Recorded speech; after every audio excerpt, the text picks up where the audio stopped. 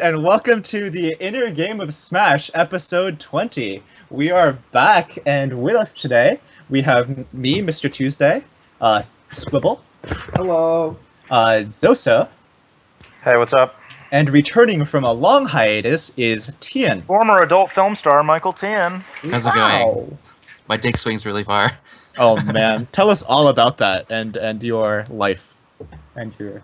I've had a really busy 2 or 3 months trying to prepare for some exams in grad school, specifically like a qualifying exam. But ultimately, like I guess I hadn't worked hard enough or in the right areas. So I don't think I'll be pursuing a PhD at the moment in chemistry, at least not in thermodynamics. So I'm gonna have a lot more time to spend playing Smash, and I'm gonna be able to get a master's degree by the end of the year. So like slowly just trying to accept that and trying to figure out what I want to do next. Well, it'll be really good to have you back in Melee. We've missed you, and the memes have missed you, and yeah. So you are out of the loop. I'm sure that. Yeah, when you mostly the memes have missed you. Yeah, when you came Every back, once in a while, like I'll just check up on what's going on in New England Melee, and there would just be like either a new Chris Mora post or like something involving like staying in people's lanes. Like I don't get everything, but I think I get the most recent gist. episode was pretty exceptional, I have to say. you missed the boat on that one. Well, ZoSo, you posted something that got like 120 likes, right? About something stupid about about the lanes. I'm pretty sure I just posted everybody calm the fuck down because I was literally chain deleting posts for like 15 minutes without stopping ever to keep up with people shit posting in New England Melee. I mean, it hasn't really stopped. Like, despite your Herculean efforts, there's a new one every hour. I mean, I've definitely been deleting most of them, but I mean, I considered posting something the other day, like, hey, I scrolled down New England Melee this morning, and it was like people advertising tournaments are actually asking legitimate questions instead of just posting fucking stupid shit about staying in your lane. So, well, on weird. that, so Lewis posted. I think Lewis is a really nice guy, by the way. I don't know him, but he seemed like his intention. Lewis is a really nice guy. It seemed like the intention of his post was like wholehearted advice. But Yeah. people fucking eviscerated that post. I Right? thought it was a great post. I'm really sad that it turned into this giant meme. It's like I thought he had a good point. I don't want to spend my whole tournament playing friendlies with people I'm vastly. pretty sure if worse anybody at in it. this call knows about posting something serious and having it turn into a meme, I would say that's Tian for sure. I would say he's actually an expert at having things turn into memes on him. I'm pretty sure improving as a region was just like, yeah. There's one point where it wasn't really clear what the direction was going to be for it, and then the more I was like, I really fucking hate this meme. The more people posted it. I remember when we were coming up with names for the podcast, and you're like, "How about the Improving as the Region podcast?" I'm like, "Oh my god, shoot me!"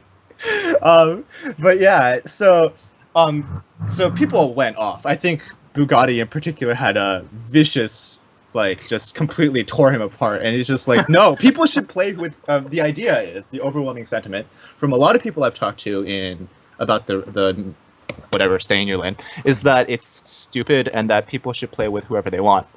But I think that for a long time, you haven't been allowed to say that, right? Like, you're not allowed to say, don't play with me, I don't want to play with you. And, like, if someone comes up to you at a setup and they are, I mean, they're not as good as the people playing there, people always say yes, right? I don't think anyone's ever been like, no, you can't play with us, you're not good enough. I don't turn people down, and that's really the problem that I have with what Lewis posted.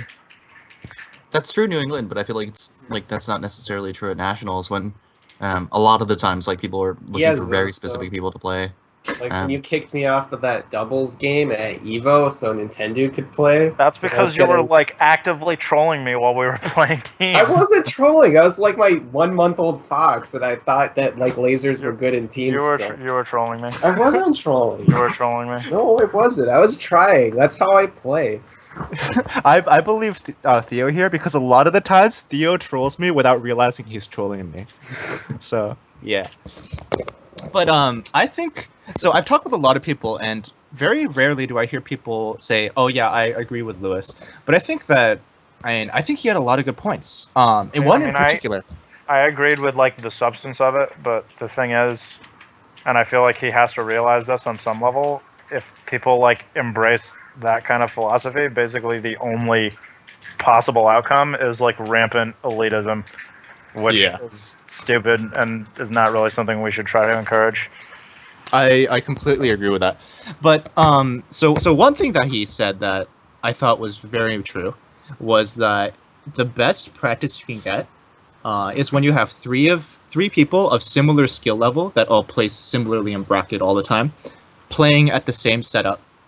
And I think that was like that to me when I think about my practice sessions and been when I've been improving the most or been thinking about my games the most is when there's two people there that I think I'm just as good as, or maybe a little bit better than, or a little worse than, and trying to be the one commanding the setup. And I think that's really true. And now I'm not advocating, and I don't think Lewis at any point, Captain Crunch for any of you who didn't know, advocating that you should just be like, no, I'm not going to play with absolutely anyone. I'm not going to play with that guy. He's too good or too bad.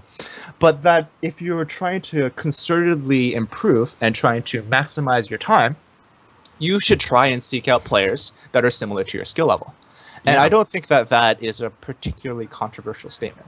I don't think it's a bad idea to think about at all. So again, on the topic of nationals, oftentimes, like, New England hasn't really ever hosted a national in years and years and years. So there's like a serious cost whenever we travel as a region. So whenever we make it out to like big events like EVO or like MLG or something like that, or even Super Nabs, like we should realize that the time that we have at the event is going to be at a premium. So if you have like a choice between playing self-gratifying matches where you're just beating everyone and like not learning very much but expanding your reputation, that can be fun. But if you're really interested in just like getting better, you have to seek out people who are like at least as good as you. I think it's good to have a variety of people to play against pretty much always, I'll say. But the thing I like about rotations, and I think kind of what Lewis is getting at, is that if you want to keep playing, you're going to be trying to win in those matches. And like there's you kind of like need something to simulate the pressure of like playing with the perception of something on the line. So Right. that part I agree with, but like it's also I think not good to limit the pool of players you play against too much. Just because like when you're at an environment like a big tournament where like all the best players in the world are there, you need to have like a really stable game plan that is basically good against everybody. And you also need to be able to really quickly get information on people, and you just do that by playing a lot of opponents and like having a solid, malleable game plan. I think that was one good thing that Captain Crunch did put in his post, is he was saying that the triangles, another meme word he used, but I don't know anything about triangles. Can you explain triangles to us? It was just like three people on a setup, but then it turned into Illuminati. So like if you have three people on a setup at a tournament, it's like winner stays. And I think New England had a phase where we thought winner stays wasn't cool anymore, but we've kind of gone back to it.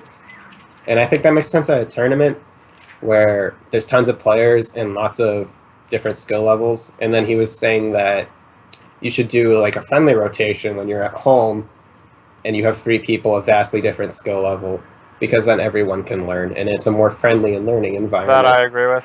So I thought that was a good plan, because that's what I do. Because when I'll have like if I have two worse people over, I usually find it more beneficial for us to just rotate instead of me playing for like an hour straight. So here's a question. Do you so this is directed at Theo, because you're kind of considered to be one of the top players, up and coming top players in New England Melee. When you're challenged and someone ever asks to sit down at a setup with you, do you ever feel like, oh god, no, I really want to play this guy instead? Like, do you ever feel like they're what to not to put too fine a point on it, like not worth your time? Yeah, I've definitely felt that, but you don't tell people that, because in Melee you need at least a decent reputation so people still like you and play friendlies with you. And also, people did that for me, right? Getting very Machiavellian in here. You do give back to the community, right? Because I was terrible and good people played with me, so it's like paying your dues, right? I like that. Like no matter what, I think that if someone asks to play a game with you and they're enthusiastic Yeah. with you should always say yes to at least like one or two games, right? Like Yeah. you don't necessarily owe them anything, but No. I mean that's you don't. It's like if everyone, it's like what you said earlier, Dave. If everyone was just like, no, I'm only going to play people that are as good as me or better or exactly as good as me, then like progress grinds to a halt. And I think that's what the I don't think it's that progress grinds to a halt. It's just like I feel like it ignores a basic reality, which is that we all play competitively, but we're also like we want to get along, you know. And it's just like dickish to just say no, I can't play with you. You're not good enough, basically. One thing I'll do is if like the person like very clearly isn't obviously trying to play with me and is just trying to play friendlies in general, I might suggest they go play with the person practicing by themselves in the corner.